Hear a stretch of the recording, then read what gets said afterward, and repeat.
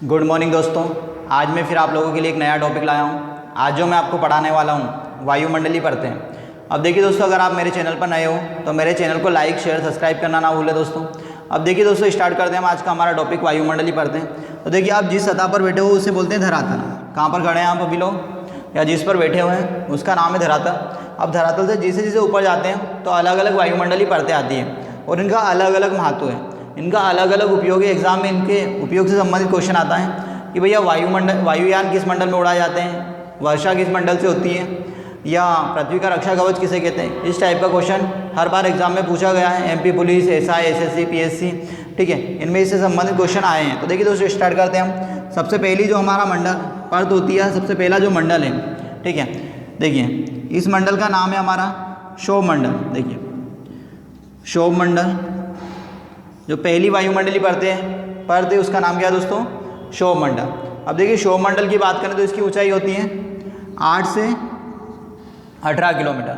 क्षोभ मंडल कितने मीटर ऊंचा है, 8 से 18 किलोमीटर। अब देखिए भूमध्य रेखा पर इसकी ऊंचाई होती है 18 किलोमीटर। भूमध्य रेखा पर कितना मीटर ऊंचा है दोस्तों, है 18 किलोमीटर। भूमध्य रेखा पर इसकी ऊंचाई 18 किलोमीटर होने का कारण ये है कि वहाँ पर सबसे ज़्यादा सूर्य का प्रकाश आता है भूमध्य रेखा पर, और जब सूर्य का प्रकाश ज़्यादा आएगा तो वो क्षेत्र सबसे ज़्यादा गर्म हो जाता है। जब गर्म हो जाएगा तो वायुमंडल का क्या होगा, प्रसार होगा। तो वायुमंडल का प्रसार होने के कारण क्षोभ मंडल की भूमध्य रेखीय क्षेत्रों में ऊंचाई होती है 18 किलोमीटर, और ध्रुवीय क्षेत्रों में इसकी ऊंचाई पाई जाती है 8 किलोमीटर। ध्रुवीय क्षेत्रों में 8 किलोमीटर ऊंचाई होने का कारण ये है कि वहाँ पर चारों ओर क्या है, ठंडाई होने के कारण वायुमंडल पास में आ जाएगा। तो ध्रुवीय क्षेत्रों पर कितनी ऊंचाई होगी इसकी दोस्तों, 8 किलोमीटर, और भूमध्य रेखीय क्षेत्र पर इसकी ऊंचाई होती है 18 किलोमीटर। तो 8 से 18 किलोमीटर के बीच में क्या पाया जाता है, आपका क्षोभ मंडल। अब क्षोभ मंडल को और क्या कहते हैं, तो क्षोभ मंडल को और संवहन मंडल भी कहते हैं। क्या कहते हैं दोस्तों इसको, क्षोभ मंडल को संवहन मंडल के नाम से भी जाना जाता है, क्योंकि यहाँ पे संवहनी पवनें चलती है इसके कारण। अब देखिए 8 से 18 किलोमीटर हो गया।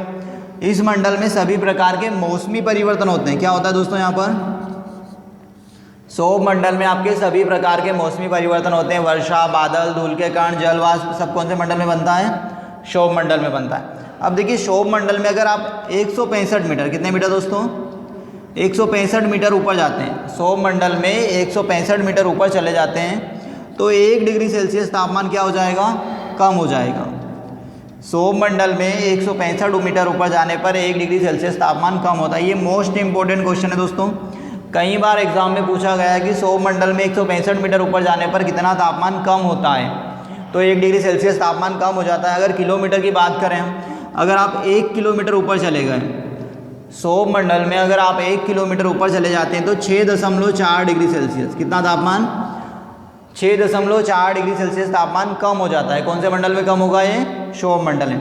अब देखिए क्षोभ मंडल में 165 मीटर ऊपर जाने पर 1 डिग्री सेल्सियस तापमान कम होता है, और 1 किलोमीटर ऊपर जाने पर 6.4 डिग्री सेल्सियस तापमान क्या हो जाएगा, कम हो जाएगा।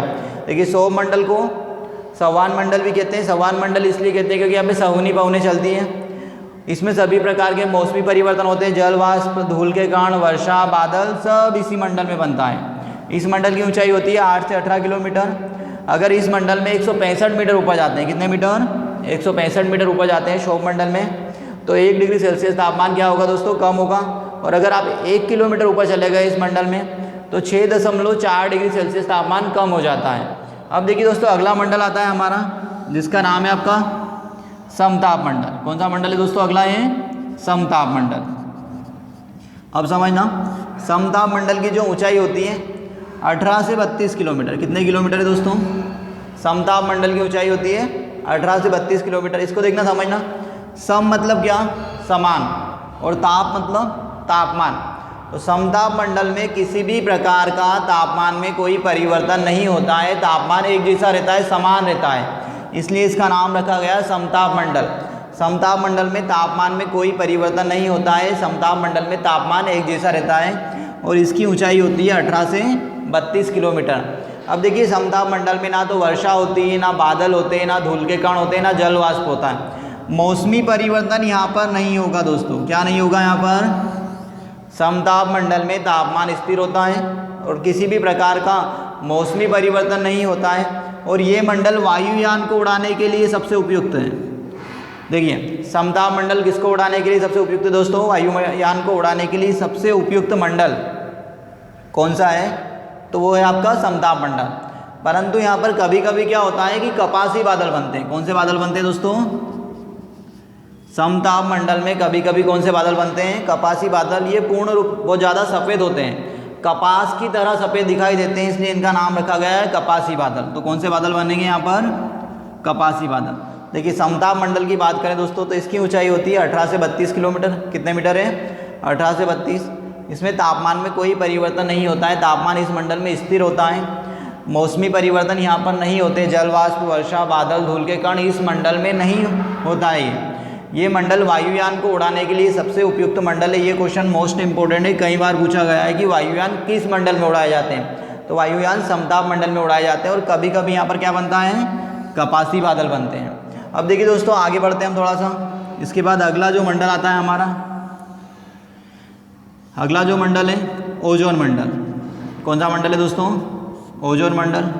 अब देखिए आगे बढ़ने ओजोन मंडल की बात करें उसके पहले आप लोग कमेंट करना ना भूलें और लाइक बटन दबाना ना भूलें दोस्तों। देखिए ओजोन मंडल की बात करें तो ओजोन मंडल की ऊंचाई होती है 32 से 64 किलोमीटर। कितने किलोमीटर है दोस्तों? ओजोन मंडल की ऊंचाई है आपकी 32 से 64 किलोमीटर। कितने मीटर ऊंचा है? 32 से 64 किलोमीटर है। इसे पृथ्वी का रक्षा कवच कहते हैं। क्या कहते हैं इसे? पृथ्वी का रक्षा कवच।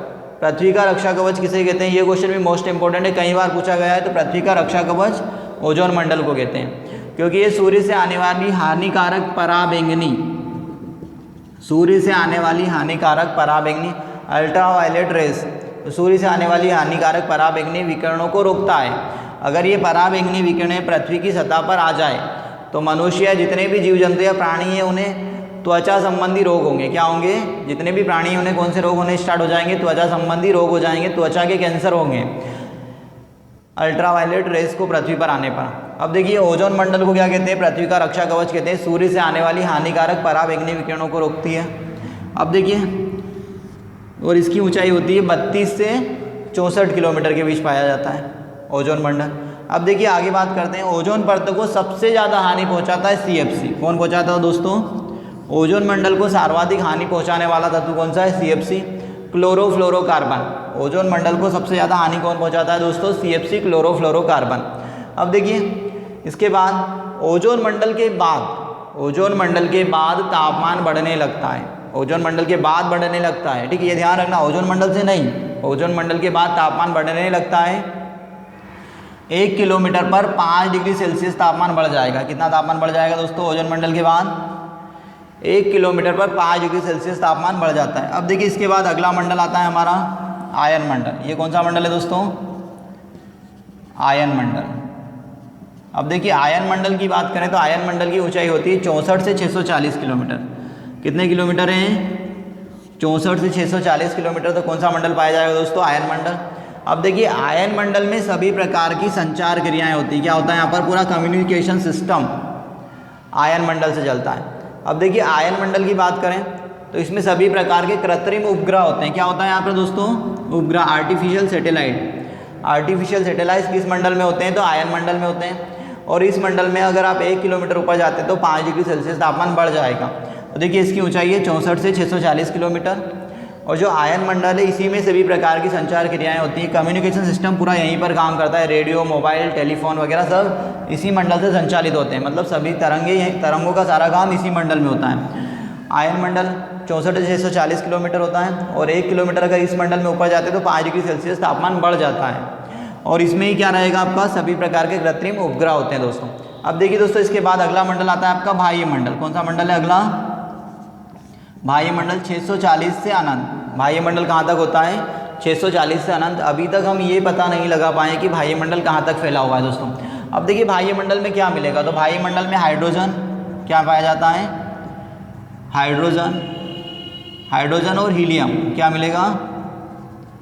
हाइड्रोजन और हीलियम जैसे हल्के तत्व पाए जाते हैं। बाह्य मंडल में क्या पाया जाता है दोस्तों? हाइड्रोजन और हीलियम जैसे हल्के तत्व पाए जाते हैं। देखिए बाह्य मंडल 664 से अनंत है और इसमें क्या मिलता है? हाइड्रोजन और हीलियम जैसे हल्के तत्व पाए जाते हैं दोस्तों। देखिए दोस्तों ये वायुमंडल हो गया आपका, वायुमंडल ही पढ़ते हैं। अब आगे बात करते हैं कि इनकी ऊंचाई कैसे याद रखना है आपको। तो ऊंचाई रखने के लिए थोड़ा सा ध्यान रखना है आपको, जो ट्रेक है वो विशेष ध्यान रखें। भैया आपको ये याद होगा 8 दून कितना होता है?